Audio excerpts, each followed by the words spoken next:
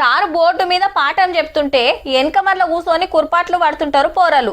లెక్కలు చేయాలంటే భయం, చరిత్ర ఎంత చదివినా గుర్తుకుండదు, ఇంగ్లీష్ పేరు ఎత్తితేనే జడుచుకుంటారు, తెలుగు పద్యాలు బట్టి కొట్టి అప్పచెప్పాల్సిందే, గుండె బొమ్మ గీయమంటే గుడ్లు మీదకి పెడతారు. ఇట్లా ఏ సబ్జెక్టు తీసుకున్నా 4 మాటలు చదివినమా, మతికున్నది రాసినమా, పాస్ అయినమా అన్నట్టే ఉంటది. కానీ గీ సారు లెక్క చెప్పిండ్రనుకో నిద్రలలే పడిగినా టక్క టక్క చెప్తారు కావచ్చు. పద్ధతిగా పంచగట్టుకొని పాఠం చెప్తానికి వచ్చిండు సారు. కానీ రప్ప బట్టలిప్పేస్తే బాడీ డ్రెస్ బాగుందిలే, తలకాయ గిన పెట్టుకున్నాడు ముద్దుగా.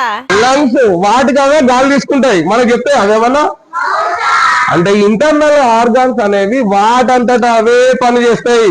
ఎనుకు బొక్క, బరెంక బొక్కలు, చేతులు, కాళ్ళు, మెదడు, చుట్టుండే నరాలు పతొక్కటి అగుబడే డిరెస్.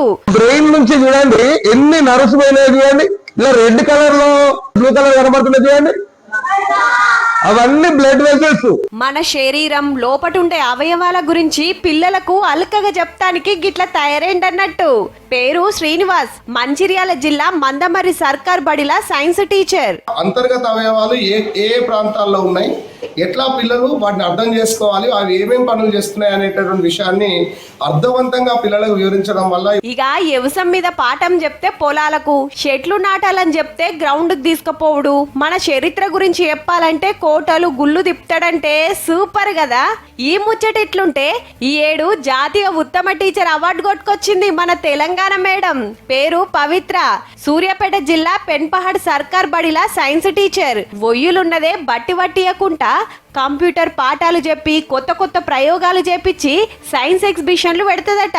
మునుపు జిల్లా, స్టేట్ ఉత్తమ టీచర్ గా అవార్డు వస్తే ఇప్పుడు జాతీయ అవార్డు అన్నట్టు.